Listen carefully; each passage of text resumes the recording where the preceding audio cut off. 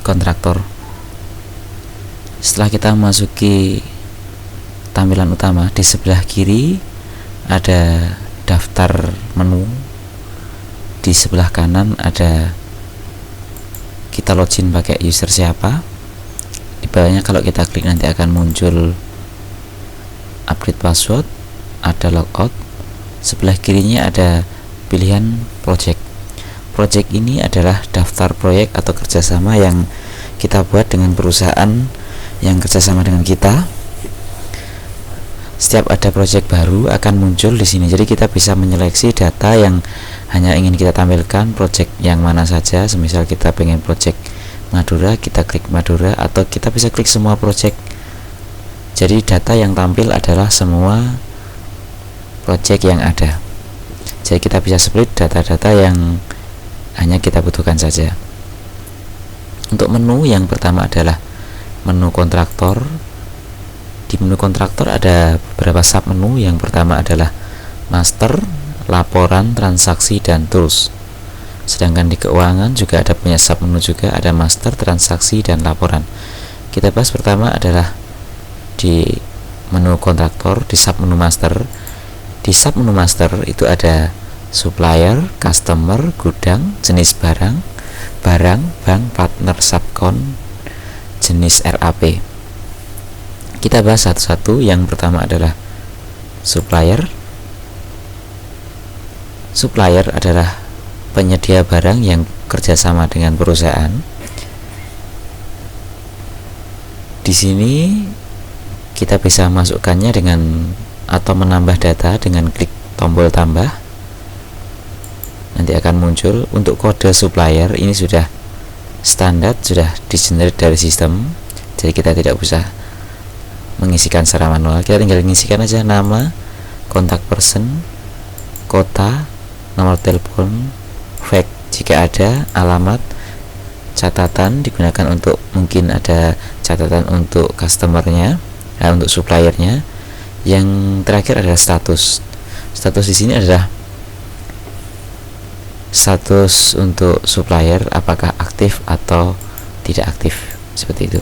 Untuk melakukan edit, kita bisa pilih supplier yang mana yang akan kita edit. Semisal seperti ini, klik di sini, lalu klik tombol ubah.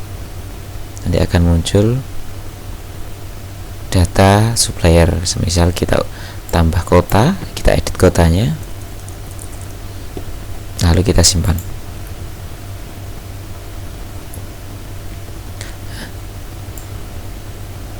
Untuk tampilan di sini, tombol ini sebenarnya standar di semua menu, pasti ada tambah, ubah, hapus, cetak, refresh, pencarian, hapus pencarian, ekspor ke Excel.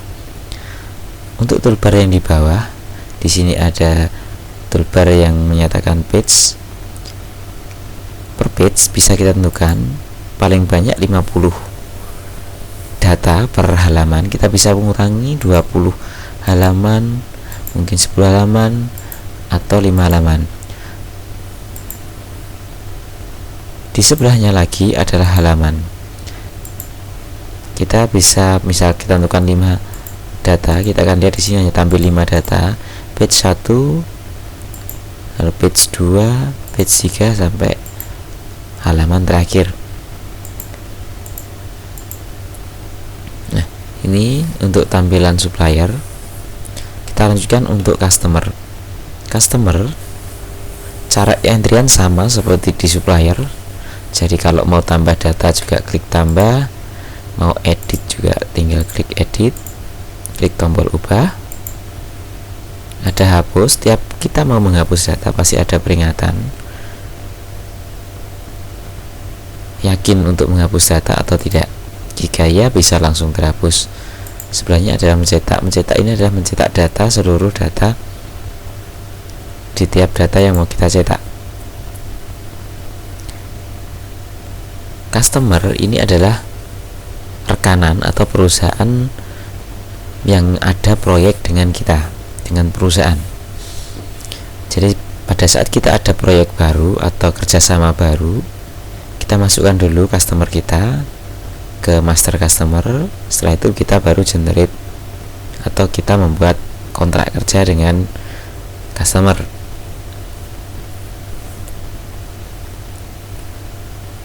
Selanjutnya adalah gudang. Di gudang, nah di proyek biasanya ada tiap kerjasama proyek itu ada, kita namakan gudang proyek itu ada sebagai gudang virtual. Jadi tiap ada proyek baru pasti akan di-generate satu gudang virtual. Tujuannya adalah untuk memasukkan stok ke dalam proyek. Jadi semisal kita ada proyek di Madura, otomatis sistem akan mengenerate gudang untuk di proyek Madura.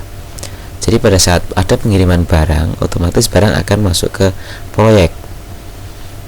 Jadi ada gudang pusat yang berada di lokasi proyek kontraktor kita, itu kita namakan gudang pusat. Selanjutnya adalah gudang virtual. Gudang virtual yang tadi sudah dijelaskan bahwa gudang virtual berisi tentang lokasi proyek, jadi gudang untuk proyek-proyek kerjasama kita. Menu sama, ada tombol ubah tambah, ada ubah, ada hapus, ada cetak. Tools ini bersih sama, tapi kita buat perkecil. Ini ada refresh pencarian, hapus pencarian, ada export Excel. Di sebelah kanannya ini adalah stok untuk di proyek. Jadi ada item-item barang yang ada di dalam proyek. Jadi dari gudang kita bisa sudah tahu stok di gudang kita itu ada berapa. Kita klik saja di sini, misal oh ini ada stok seperti ini, kita geser sebelah kanan, ada jumlahnya berapa, jenis barangnya apa. Jika kita ingin ngecek stok yang mungkin lebih besar satu, atau stok yang kosong, atau mungkin stok yang lebih besar 10, lebih dari 10 pieces, kita bisa masukkan angka di sebelah kanan ini.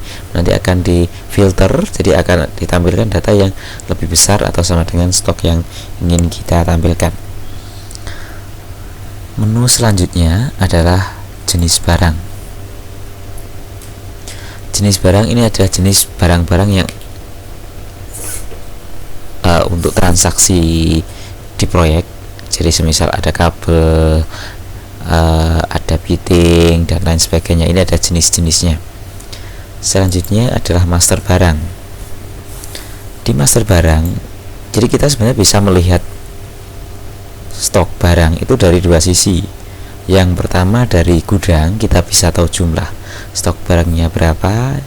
Yang kedua dari barang itu sendiri. Kalau dari barang, kita bisa melihat barang itu ada di gudang mana saja. Jadi contoh di sini, ini ada barang A, semisal langsung ini akan ada stok untuk di tiap-tiap gudang, termasuk gudang virtual. Jadi kalau 0 berarti memang di gudang itu tidak ada stok. Menu sama, ada tambah, ubah, hapus, cetak. Tools sama, tools di bawahnya ada seperti ini. Selanjutnya adalah master bank. Master bank ini digunakan untuk sebenarnya untuk bank, untuk kita menerima pembayaran. Menu sama, ada tambah, ubah, hapus, cetak dan lain sebagainya. Menu selanjutnya adalah partner subcon. Partner subcon ini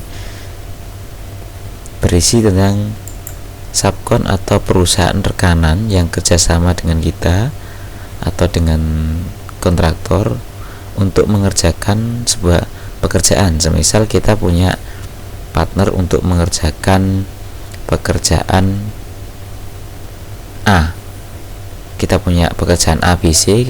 Pekerjaan A kita kerjakan ke rekanan A, pekerjaan B kita kerjakan di perusahaan yang lain.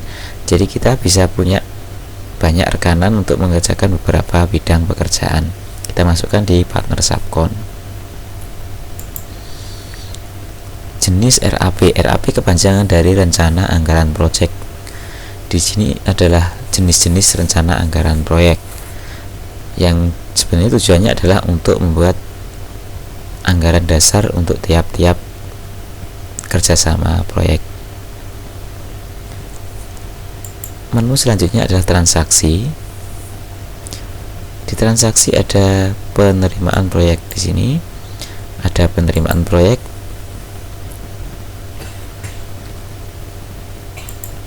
Di penerimaan proyek, di sebelah kiri ada penerimaan proyek, di sebelah kanan ada penambahan proyek, di bawah dua ada project kurang. Nah, ini ada project tambah, project kurang. Jadi kadang kalau kita ada kerjasama, kadang ada namanya setelah hampir mau selesai sebuah pekerjaan, tiba-tiba dari customer kita itu menambahkan pekerjaan. Jadi awalnya nilainya misalkan 100 juta, dari pihak perusahaan customer kita ada pekerjaan tambah misalkan 50 juta, jadi nilainya jadi 150 juta, kita tambahkan ke pekerjaan tambah. Kita lihat di sini ada warna-warna, di sini ada hijau, ada merah lagi, ada hijau. Ini sebenarnya adalah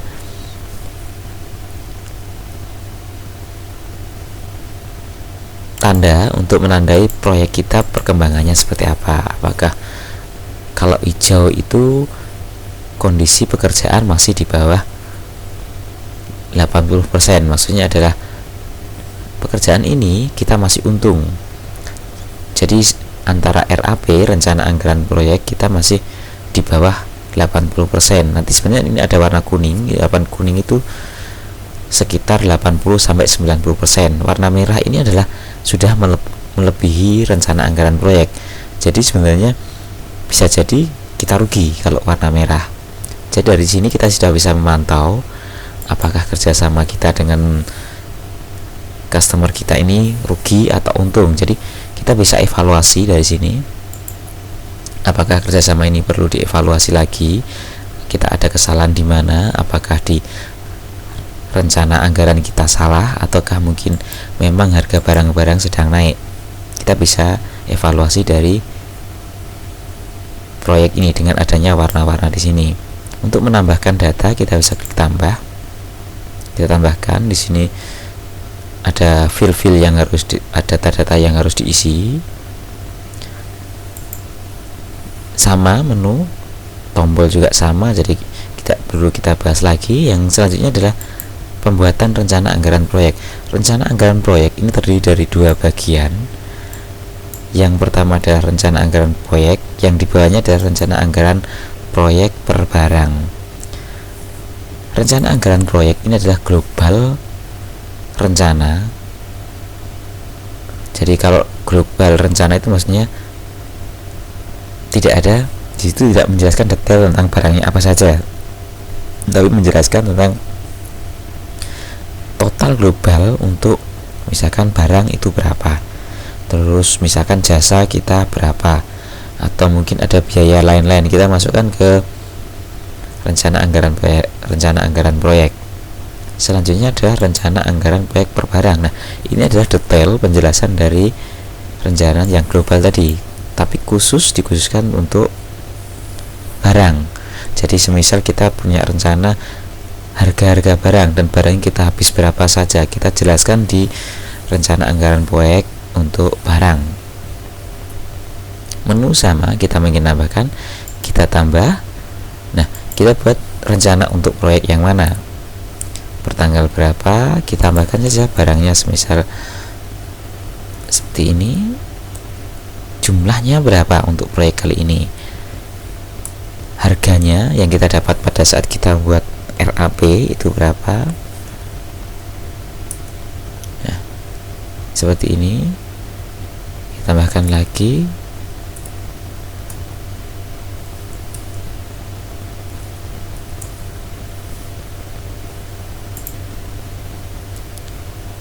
Nah, maka akan muncul seperti ini. Jadi ini untuk proyek Surabaya, proyek Madura, kita membutuhkan item-item ini. Nah, ini untuk rencana anggaran proyek per barang. Selanjutnya adalah menu pembuatan PO. Pembuatan PO ini adalah purchase order. Jadi kita ingin membuat PO, kita buat PO-nya di sini.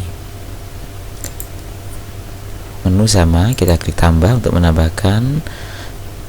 Nah, PO ini sudah mengarah ke proyek yang mana. Jadi pada saat buat PO kita sudah jelas PO ini dibuat untuk kerjasama kita yang mana. Nah, ini tujuannya juga untuk nilai proyek. Nanti ini akan juga untuk penilaian, jadi akan mengurangi RAP. Jadi kita bisa tahu proyek ini sudah habis berapa. Selanjutnya adalah penerimaan barang. Di penerimaan barang ini berdasarkan PO atau purchase order, atau mungkin, nah kalau di sini satu PO bisa jadi satu kali penerimaan ataupun lebih dari satu. Semisal kita membuat PO dengan kebutuhan barang 100 unit, ternyata barang dikirim bisa beberapa kali. Yang pertama datang mungkin hari tanggal 1, kita pesan untuk tanggal 1, ternyata tanggal 1 hanya dikirim 50 unit, terus tanggal 2 dikirim 50 unit lagi. Jadi penerimaannya bisa 2 kali atau 2 kali DO, delivery order, tetapi tetap berdasarkan PO yang sudah kita ajukan ke supplier ya. Selanjutnya adalah pengembalian barang. Pengembalian barang ini berdasarkan dari penerimaan barang. Jadi semisal kita ada barang yang reject atau barang yang rusak, kita kembalikan dari pengembalian barang. Jurnal hutang ini sudah berhubungan dengan bagian keuangan. Jadi pada saat kita membuat PO, sebenarnya pada saat barang datang itu timbullah hutang kalau kita bayar mundur. Jadi kita masukkan ke jurnal hutang. Kenapa di sini ada jurnal hutang? Ini jurnal tapi tetap acuannya dari proyek. Jadi ngejurnal tapi dari hubungannya dengan proyek. Maksudnya adalah jurnal yang fokus ke proyek. Jadi pada saat kita jurnal nanti sudah ada hubungannya dengan proyek. Jadi jurnal untuk hutang proyek yang mana. Nah, selanjutnya adalah pembayaran PO. Di pembayaran PO atau pembayaran hutang, kalau yang tadi jurnal hutang, ini adalah kebalikannya. Jadi akunnya akan akun lawan dari hutang. Jadi ini adalah pelunasan hutang, termasuk pelunasan PO. Kalau PO-nya untuk pelunasan PO, sedangkan jurnalnya akan masuk ke lawan dari jurnal hutang. Jadi untuk pelunasan di jurnal hutang. Selanjutnya adalah pembuatan kwitansi proyek. Pembuatan kwitansi proyek itu sebenarnya adalah pembuatan invoice. Jadi pada saat kadang untuk proyek itu kan ada termin, misalkan termin beberapa kali pembayaran. Nah, untuk penagihannya kita buatkan di pembuatan kwitansi proyek atau pembuatan invoice untuk proyek. Menu pun sama, invoice-nya seperti ini yang kita kirimkan ke customer kita, jadi untuk penagihan. Selanjutnya adalah menu kasbon. Menu kasbon ini ditujukan jika jadi ada misalkan pengeluaran uang untuk proyek di luar barang, di luar yang PO, itu kita masukkan kasbon. Misalkan ada biaya bensin, ada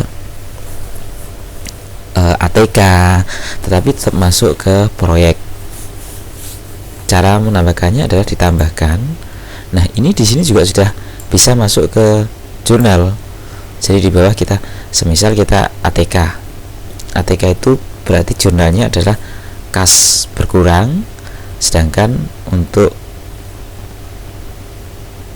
barang atau stok barang mungkin bertambah. Jadi bisa langsung masuk ke jurnal. Selanjutnya adalah moving stock atau perpindahan stok.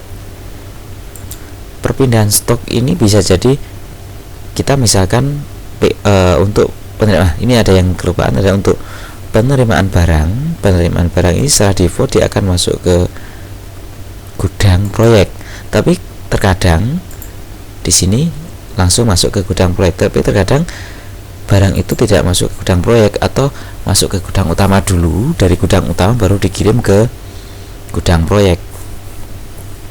Jadi kita stok masuk ke gudang utama, baru nanti ada surat jalan dari gudang utama, kita pindah mutasi stok dari gudang utama pindah ke gudang proyek, atau sebaliknya dari gudang ternyata sisa dari gudang proyek kembali lagi ke gudang pusat.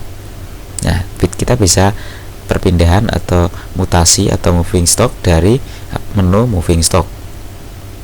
Ini untuk pencatatan stok untuk di tiap-tiap gudang. Selanjutnya adalah pelunasan project. Pelunasan project ini berdasarkan dari kwitansi yang kita buat tadi. Kita buat kwitansi, kita tagihkan, ternyata dibayar tanggal sekian, kita tagih dari sini. Jadi untuk proyek mana, kwitansi yang mana, pembayaran untuk kita diterima dari bank yang mana. Ini pun bisa diterima dari beberapa kali. Ini juga sudah bisa masuk ke jurnal. Jadi masuk ke jurnal yang mana? Nah, bisa dari jurnal ini bisa langsung diinjek dari sini. Pelunasan proyek berarti adalah pelunasan piutang. Kalau pembuatan kwitansi itu masuk piutang, akun piutang, tapi untuk pelunasan proyek masuk ke pelunasan piutang. Kalau tadi pembuatan kwitansi masuk ke piutang, ini adalah lawannya ke pelunasan piutang. Ada satu lagi yang menu di bawahnya adalah pengembalian uang. Ada kalanya uang yang ditransfer dari pihak customer itu lebih, jadi pada saat lebih kita bisa kembalikan dari pengembalian uang. Selanjutnya adalah pemakaian barang proyek. Ini adalah untuk kita biar tahu stok di dalam proyek itu bagaimana. Semisal, jadi ini di entry oleh di bagian proyek, di gudang proyek.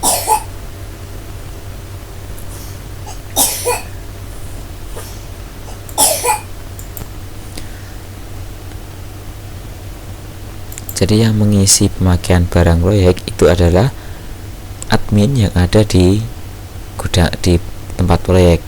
Tujuannya adalah biar kita tahu stok di tiap-tiap proyek itu ada berapa. Jadi stok ini selalu up to date.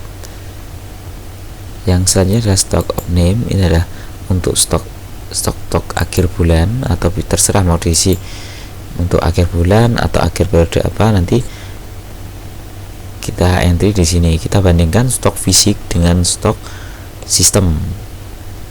Selanjutnya biaya subkon. Ini yang tadi saya jelaskan bahwa kita bisa mengerjakan pekerjaan tapi dikerjakan oleh perusahaan yang lain. Jadi kita outsource, dikerjakan perusahaan yang lain. Untuk transaksi sudah selesai, laporan standar ya. Untuk tiap-tiap laporan kita bisa cetak per project seperti ini. Jadi laporan proyek kita cari aja untuk proyek yang mana, otomatis nanti akan muncul ya. Ini adalah laporan proyek, ini laporan rekap, kita bisa langsung lihat RAP, PO yang mana nanti akan muncul seperti ini. Kita bisa langsung lihat detail PO yang ini dengan nilai sekian, ini kemana saja nanti akan diarahkan. Nah, ini adalah detail PO nya seperti itu. Ini laporan. Selanjutnya adalah tools. Tools ini berisi tentang manage user. Ini adalah privilege atau hak akses untuk tiap-tiap user. Kita bisa membuat user dengan kewenangan yang berbeda-beda. Semisal user ini dia berhak membuat menu apa saja atau membuka menu apa saja, tinggal kita aktifkan, dan eventnya juga kita hilangkan. Ini adalah akses control list untuk tiap-tiap user. Jadi tiap user akan mempunyai hak atau menu yang berbeda dengan user yang lainnya. Update password untuk mengupdate password kita. sama menu dari sini update password. Nah, ini adalah update password, kita klik ubah, nanti akan ada passwordnya. Kita lanjutkan untuk keuangan.